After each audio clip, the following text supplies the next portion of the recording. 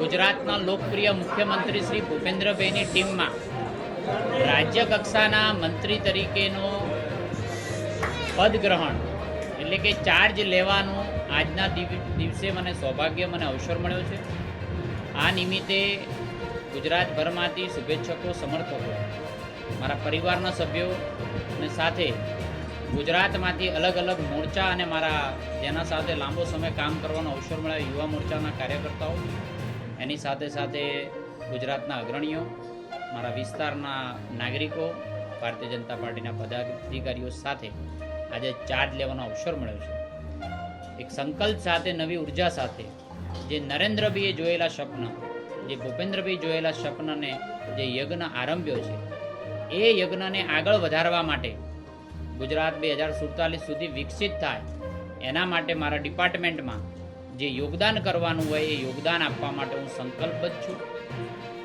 Gujarat carbon footprint સાથે, Gujarat net zero સાથે, Gujarat carbon neutral સાથે આગળ વધશે અને 2070 સુધી જે નરેન્દ્રભાઈએ સંકલ્પ કર્યો છે એમાં મારું ડિપાર્ટમેન્ટ સંપૂર્ણપણે યોગદાન આપશે એની ખાતરી સાથે મેં આજે ચાર્જ સંભાળ્યો છે અને ચોક્કસ વિશ્વાસ છે ગુજરાતની 6.5 કરોડથી વધુની જનતા આમાં જોડાશે।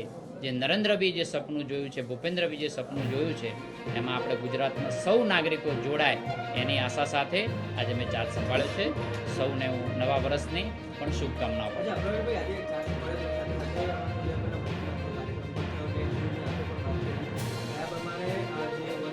આ ડિપાર્ટમેન્ટનો પૂરેપૂરો અભ્યાસ મેં કરી લીધો છે।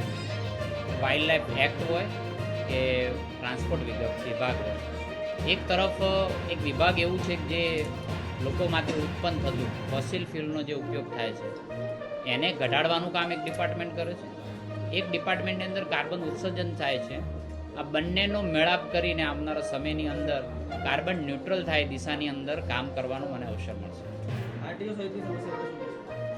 તમામ જે પણ કંઈ સમસ્યાઓ ટ્રાન્સપોર્ટ ડિપાર્ટમેન્ટની મને એમ લાગે છે કે નવા આયામો અમારા મંત્રીશ્રી અને હાલ નાયબ મુખ્યમંત્રી શ્રી હર્ષભાઈના નેતૃત્વની અંદર ખૂબ સારી રીતે આયોજન થઈ ગયા છે એનું આપણને અત્યારે જોવા પણ મળે છે। પબ્લિક ટ્રાન્સપોર્ટ વધુમાં વધુ વધે તો કાર્બન ઉત્સર્જનની અંદર પણ ઘણો ફાયદો થતો હોય છે। એ દિશાની અંદર આવનારા સમયમાં નરેન્દ્રભાઈ, ભૂપેન્દ્રભાઈ અને હર્ષભાઈના નેતૃત્વની અંદર કામ કરવાનો અવસર મળશે અને મને ચોક્કસ વિશ્વાસ છે કે એમાં આપણે સિદ્ધિ હાંસલ કરીશું।